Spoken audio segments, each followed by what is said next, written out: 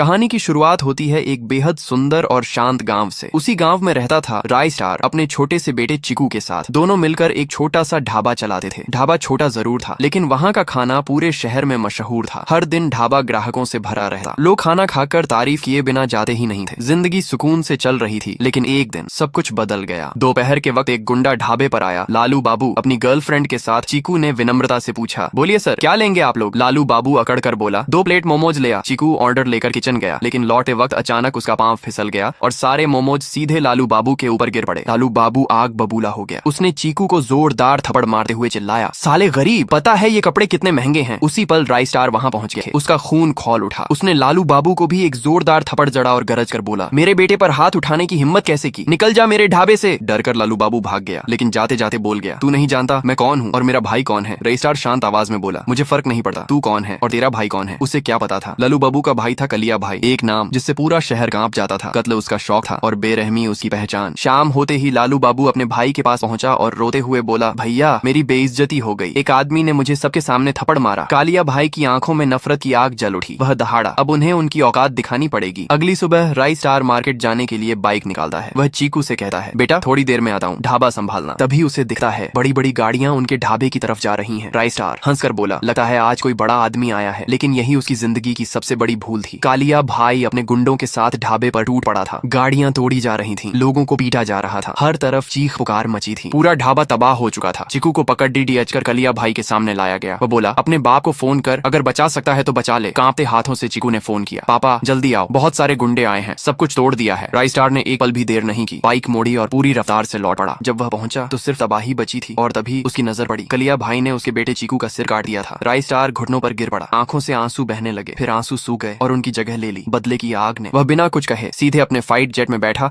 और कलिया भाई के अड्डे की तरफ उड़ गया। आसमान से बम बरसने लगे, धरती कांपने लगी, हर ओर तबाही फैल गई। धुएं के बीच राय स्टार नीचे उतरा और दहाड़ते हुए बोला, मेरे बेटे को मारकर तूने अपनी मौत लिख दी है। अब मैं तुझे इस तरह मारूंगा कि तेरे टुकड़े गिनना भी मुश्किल हो जाएगा। कलिया भाई जोर से हंसा, आजा देख लेते हैं कौन ज्यादा देर जिंदा रहता है। और फिर शुरू हुई मौत की लड़ाई। धरती हिलने लगी, आसमान कांप उठा, पूरी जगह धुएं से भर गई। जब सब साफ हुआ तो कलिया भाई जमीन पर मरा पड़ा था और राय स्टार जीत चुका था।